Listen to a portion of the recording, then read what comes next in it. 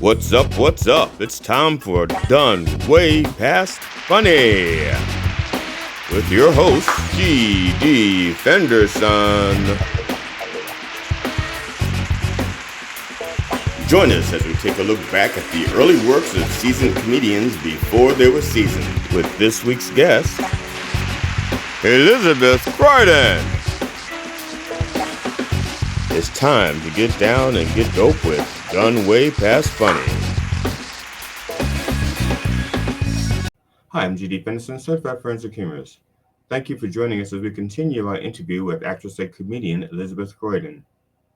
Enjoy. Now, how do you prepare for comedy now, and how does it differ from when you prepared when you first started?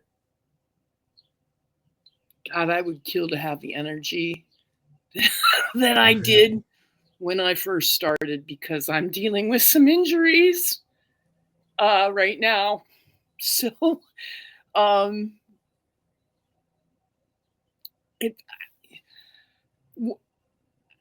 want to answer this question for you in part. Okay. By saying what I've gotten out of 20 years of comedy. Okay. When I first started, my inner dialogue with myself would be, I gotta be good. I gotta be good. They're gonna kill me. They're gonna kill me. My mom's gonna kill me. She's backstage at the audition. You know, she wasn't, but she would take me on these auditions when I was in the third grade, you know, and I bombed on an Anne Frank audition. I wound up standing on one foot talking in a British accent. It was terrible, and it was in front of my father. It was just very traumatic. And I gotta be good. I'm also from Montgomery County, which is like one of the highest pressure communities in the world. You know, if we get a B+ in math in the fifth grade, we might not get into Harvard. Right. Some of our peers have straight A's all through life. Oh, fucking matters. So, you know, I'd be like, well, you know, you stick to the script, you do this, and then I'd get off stage and I'd be like, I fucking sucked. I sucked. Your career's over. Why did you do that to yourself? It was so embarrassing. Everybody hates you. You're the clown. You're supposed to be clowning. And now, after 20 years of comedy, I'll do a set and I'll bomb. Hardly ever, people. You should see all my stuff everywhere, especially at Accidental Chaos in Hollywood. But I'll do a set and it doesn't hit. And I go, it's not my audience. I'm going to sit down and enjoy my friends. I fucking liked what I did. And first time I did that, my whole life changed, man. Like, I fell in love with myself. Or I changed. I still criticize myself, but I'm so much kinder to myself. I mean, I would really punish myself. Like, I talked myself into opening for Dave Attell at the DC Improv when John Zirius was still managing that place, and not only did I accidentally run the light for 20 minutes, but I bombed. Yeah. Because I went to Duke Ellington, right? So I know tech theater, and right. I made the rookie error of not asking where the cue light was. I assumed that the cue light was some subtle blue thing, like in the back of the Comedy Store. It's actually off to the side in the OR, but this Leco light is blinking in my face, and I'm like, who didn't wire this light correctly? I want to get off stage, man. I mean, I was bombing with a capital B, like double B's, baby. Like, I was going in there. You think I'm rapid fire when I'm hitting? You should see me when I'm bombing, man. It's like Gaza on fire, man. I got that baby jokes. I learned that baby jokes in the fifth grade. Oh my God. I whipped out prop comedy. I wanted to do like Mrs. Vader. Oh, the prop comedy did not work in the Dave Attell audience. You know, and I'm like, where's the light? Like, I didn't even know I could end my own set. That's how green I was. Oh. Right? So I'm waiting on John to give me this light. And I know it must have been a sold out audience. But I only saw my dad, and I gotta tell you how I ended this. That I know we're digressing. My poetry publisher and her lover. I'm a published poet. I'm sensitive. And my Republican neighbors, my late Republican neighbors, Peggy and Frank Gorski, who never looked at me the same way again. And if Dave Attell hadn't looked at me and said good set, I think I might have killed myself that night. I don't know. I wound up at Hell, the bar, and trying to drink my adrenaline off with the world's second greatest whistler and some Russian chick that was on his arm. And I wound up trying to tip the Russian chick thought I was like moving in on her man hunk. And I wound up trying to tip the Russian fur hat off of her head. It was bad. And then I went to the dojo, my dojo. I train in the Washington Shobukan Aikido dojo. And I waited until the 7 a.m. class from about 4 a.m. because I just wanted to hit people and be thrown around the mat. And like for a month, I would have Tourette's syndrome. This is how bad I bombed, and we'll circle back and move forward. But I'd have Tourette's syndrome, then I'd break out and I'd be like, I fucking sucked in the middle of a meditation, a group meditation where we're all practicing the same technique, you know?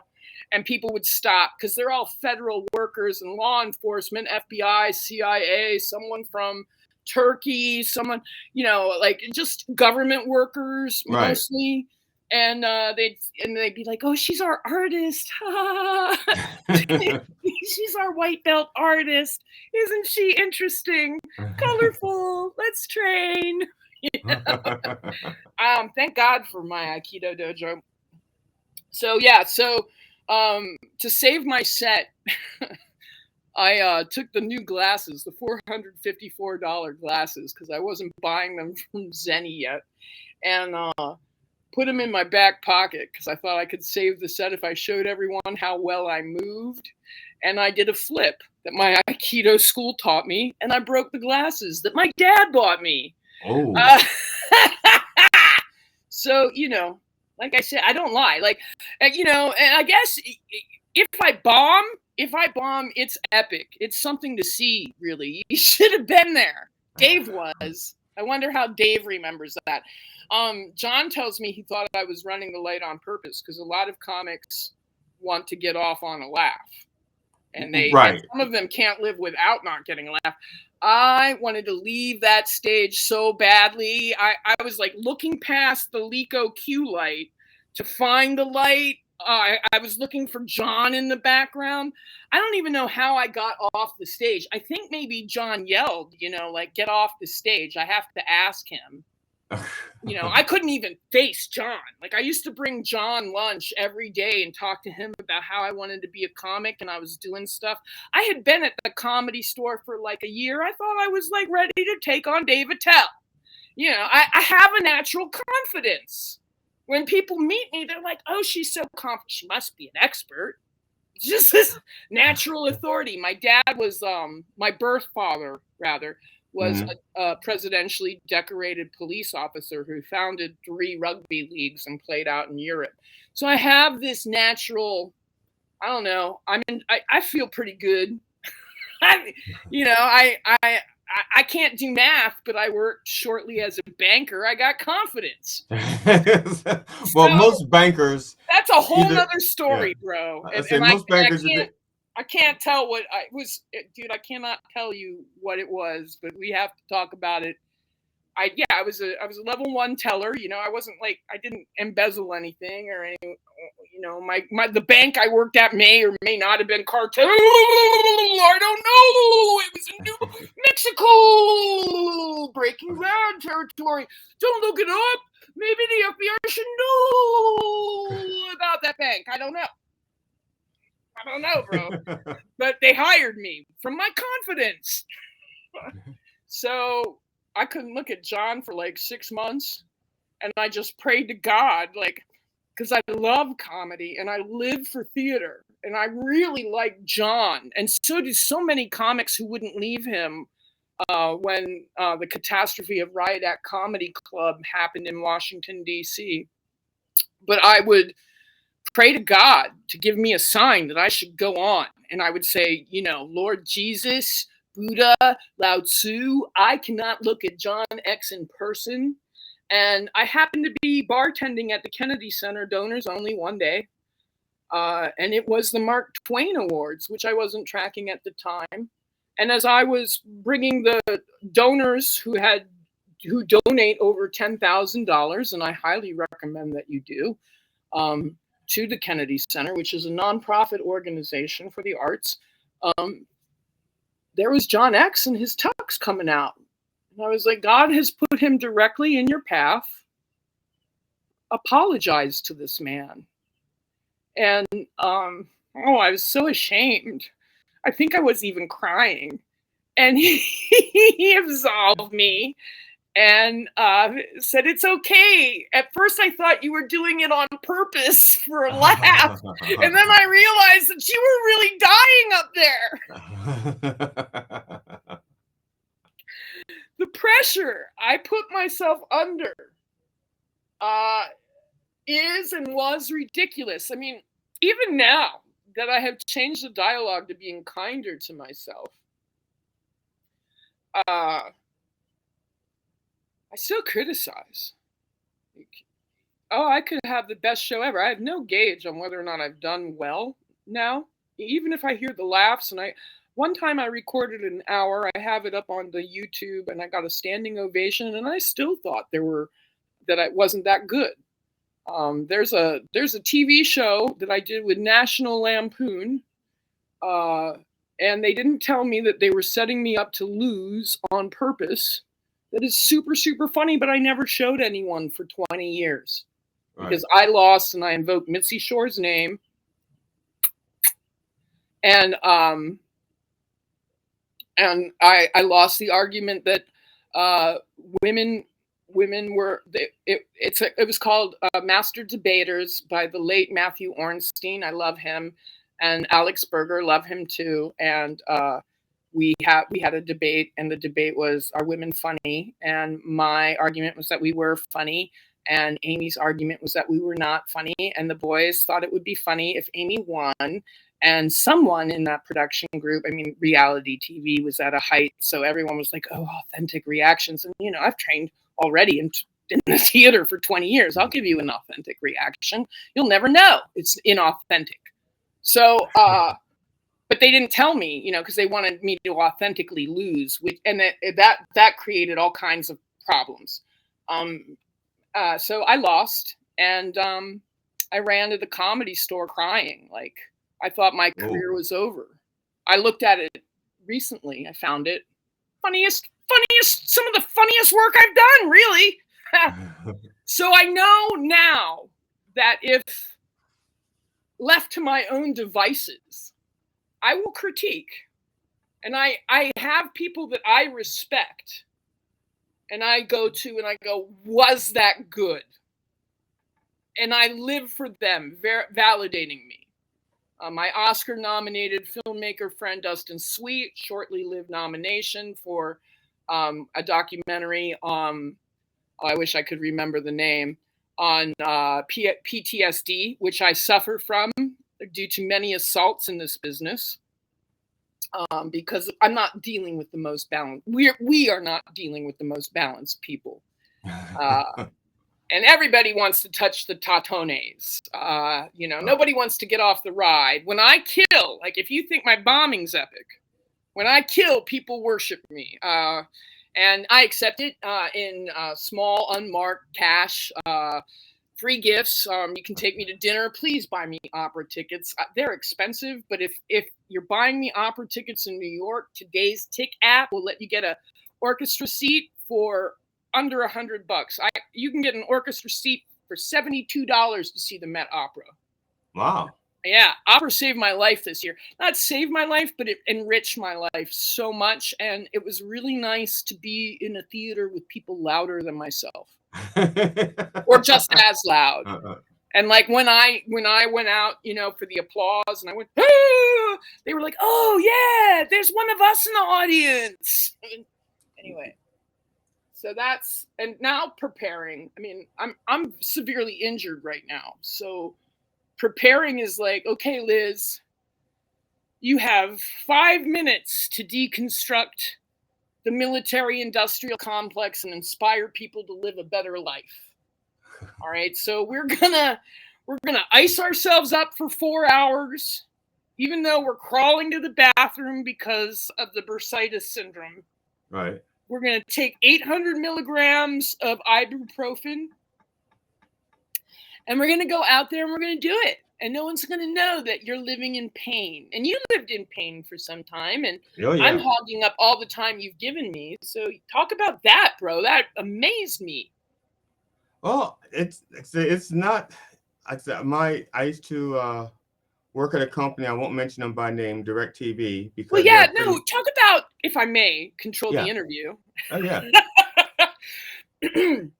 Mr. G.D. Fenderson, please talk about the time, the transition between doing comedy in the beginning, 7 years in pain, and transitioning to a painless point in your life. And is there such a thing really in a comedian's world? I mean, there's pain, but there's pain. Well, the first 7 years of me doing comedy, I did not have any cartilage in my right knee from an injury I suffered at my daytime job. And so, but because of the nature of my job, I couldn't take painkillers. So whenever I did comedy, I always performed in pain. For 7 years, I performed in pain. And even the sets I did and the way I moved on stage was based on how much movement I had in my leg, so that I wouldn't aggravate it. Then I had my surgery and I was without pain for a while. I was without pain for the first time in 7 years. And I did not know if I would still be funny without the pain. Because in a way, the pain kind of helps me focus, because you're in a lot of pain and you're trying to ignore the pain. But when you get on stage, sometimes the adrenaline just is like a natural healing thing. Whatever ails you Oh, just seems to disappear. adrenaline, dopamine. I mean, you Oh get that yeah. going in your system, you accidentally say tear a hamstring or something, and you give yourself piriformis syndrome or Sometimes the adrenaline would be so good that I would forget that I don't have cartilage in my knee, and I would actually do something oh, I know that I. that's why I stay off the martial art mat. Uh, I'll drop some knowledge on you because I've studied as long as I have.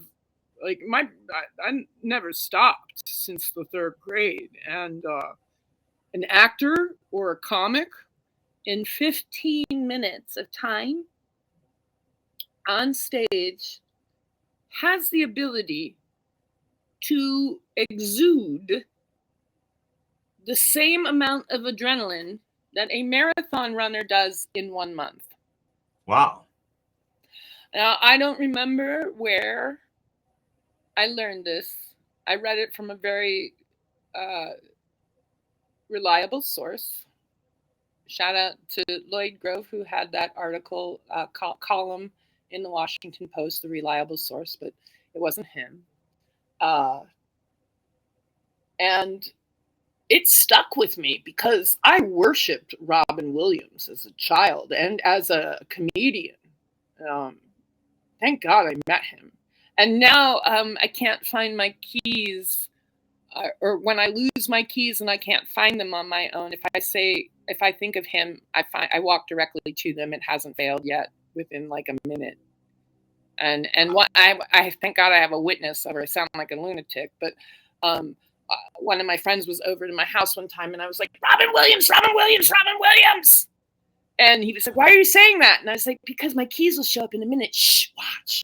And he just like looked over on his side and found my keys in a place that I had already looked and not found them, and picked them up. And I was like, and he was like, well, of course, I mean, there can only be so many places, right? Because it was a New York apartment. I was like, dude, it's not where I keep them. I'll just leave it at that. And I'll say, you found them in a minute. Okay? I've been looking for 15 minutes. When I was a teenager, I guess it was the 70s, it was in the 70s, Robin Williams, I think that was when he was doing Work from Work and stuff. Mm-hmm. Yeah. And in my high school, everybody in my high school seemed to have discovered Work from Ork, and they were just so enthralled with Robin Williams. And then they used to say to me, you are just like him. You remind us of Robin Williams. And I used to get so annoyed because they knew me for 3 years before Work from Ork ever came on television. Right. And so for 3 years, I was just me. And Right. then Well, Robin people, Williams comes along. Yes, Robin Williams comes along. He's on television. Then they say, like, you remind me of him. It's like, no, you knew me first. You don't even know yeah. this guy. He could just be acting. At least you know me, So I couldn't stand Robin Williams because I felt like he stole my identity. I couldn't. I was like, he may have channeled it, GD. Yeah, He I was a just like, great no, channel. He was a great I won't watch him. I would not watch him. I would not watch him. It took me, gosh, I think it wasn't until Good Will Hunting that I actually started paying attention to him. Nice. Oh, that was a genius work of his. And that's when Captain. Very beautiful was it work. that or was it Great Good Will Hunting? And then I saw him in Dead Poet Society. Oh. And because of that, I actually named my band Urban Poet Society. Oh, that's awesome. That's a wonderful tale. Everyone would tell me that I needed to watch Sarah Silverman. And I adore her work. I adore everyone's work, and I'm aware of how hard she's worked now, but and I love her work. But when I was younger, I wouldn't watch her because everyone would say I had to watch her. And also I get, oh, you remind me of, and I'm like, really? Is she telling me those jokes? They'd be like, you remind me of oh, Melissa McCarthy. And I'd be like, that's funny. Is she doing the Jackson 5 Commandments? No. Okay, now that you mention it, I'm going to pull that up now. That's the next. I think that's the next clip. That's exciting. Yay, what a lead in. And I didn't even know. It's like accidental chaos, GD. Here we go. Politics, and I hate religion, but I am the most religious and political person ever. I got it all down to rock and rollitics, and it's the only fight worth having. Are you a member of the John Bonham Led Zeppelin party? Or are you a Keith Moon, the Who drummer? Write it down, kids. There will be a quiz. You're like, I already know who Keith Moon is. Stop yelling at me, old lady. Okay, cool. Maybe I'm just yelling to yell at myself. I don't know. These are the jokes, folks. Yo, you guys are cool. Gen Z is fucking cool. I will fuck a bitch up that fucks with Gen Z. Anyone that fucks with Gen Z has to see me. But what's next? Do we go around to Gen Alpha? Is it Gen Omega? Is it Gen Alpha and Omega? Are they God? I don't know. Is the CIA trying to tell us the world is going to end with Gen Z? The alphabet does. And then, who will the rapper be? Tupacalypse? The apocalypse will be merchandise. So, I have distilled the philosophy of life down to the magic of Michael fucking Jackson in the name of John, Paul, George, and Ringo. Can't we all just get along? And rather than the 10 commandments, I have invented the Jackson 5 commandments. I have another Jackson 5 commandments. This actually makes the Jackson 10 commandments. And 2 and 2 equals 4, and 5 will get you 10 if you know how to work it, which is kind of Midwest, but also bebop jazz. Oh God, shoot me full of heroin so I can relax. Okay. Here we go. The new Jackson 5 commandments. Thou shalt blame it on the boogie. Now, what is boogie, man? Oh, sure, there's Beetlejuice. But I just learned recently that it's cocaine. Because I was a little naive in the 80s, and I thought the Dukes of Hazzard was a show about English royalty. I blame that on the boogie. I was busy dancing. Now, number 2. And I think this is important because it goes beyond our life in this body. Thou shalt want to be starting something. Anything! If you die, thou shalt start deep decomposing. Oh, got you there. Once you decompose, what happens? The energy doesn't go anywhere. Thou shalt be hanging around, starting something. Ooh, lay down the boogie and play that funky music till you die. All right.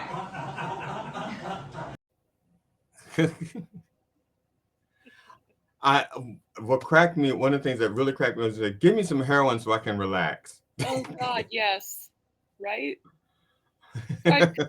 I'm dying to get all of this out, and I only have 10 minutes with this audience. And Loud Mary, my busmate, was, once you hit a certain level of joke writing, you can make anything.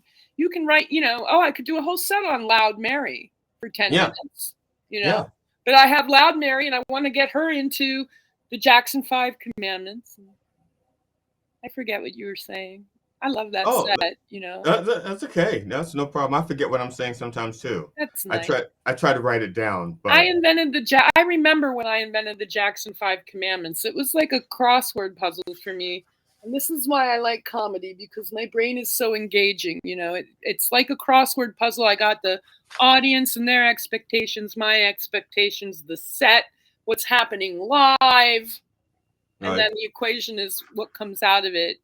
And I was meditating. One of the greatest takeaways that I love, that I taught myself or whatever from the Comedy Store. I got to throw in people that didn't always agree with me politically. Luca Palanca is hilarious and proud to disagree with me. The late KD. I can't remember KD's last name. We all just called him KD, and that's a shame because he's a good black man who's gone. He left. Oh, he's the one. Okay. He's the one. Well, KD, one good black man. He's the one good black man. No, I'm just he's the one black man. Yeah. Let me represent the racist aspects of my race. KD. Fuck, I wish I could call PJ Stansberry and ask what KD's last name. Well, KD Brown. Yeah. KD Brown. It's important that we remember him right now. He would call himself a Republican just to be contrary to me, on comedy, but he stopped a Vegas gunman and died, and we don't hear about him. We hear about the Vegas gunman, and I saw the camera footage. And it's meaningful to me because he would walk me home and walk me to my car. He was one of the lucky people to be hired as a doorman at the Comedy Store. And that pretty much meant that you were initiated and on your way up to being, made, if you look at comedy like Mafia. But he would ask me, because he deeply respected that I trained in Aikido, not just under Satome Sensei Shihan at the Shobukan Dojo, but under Steven Seagal, Taka Sensei. And I did very well with Taka Sensei. Of course, after, Mitsugi Satome Sensei had me for 20 years, and prepared me to deal with a 6'5", 2-man wide teacher. But Katie would ask me, well, what do I do if I ever encounter a gunman? What do I, should I do this move? Should I do that move? He loved keeping people safe, but he would practice this contrary stuff.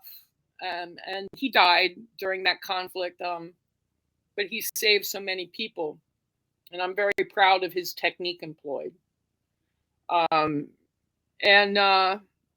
Love to make a statue in Vegas of him someday. Anyway, ghost of KD Brown, protect me.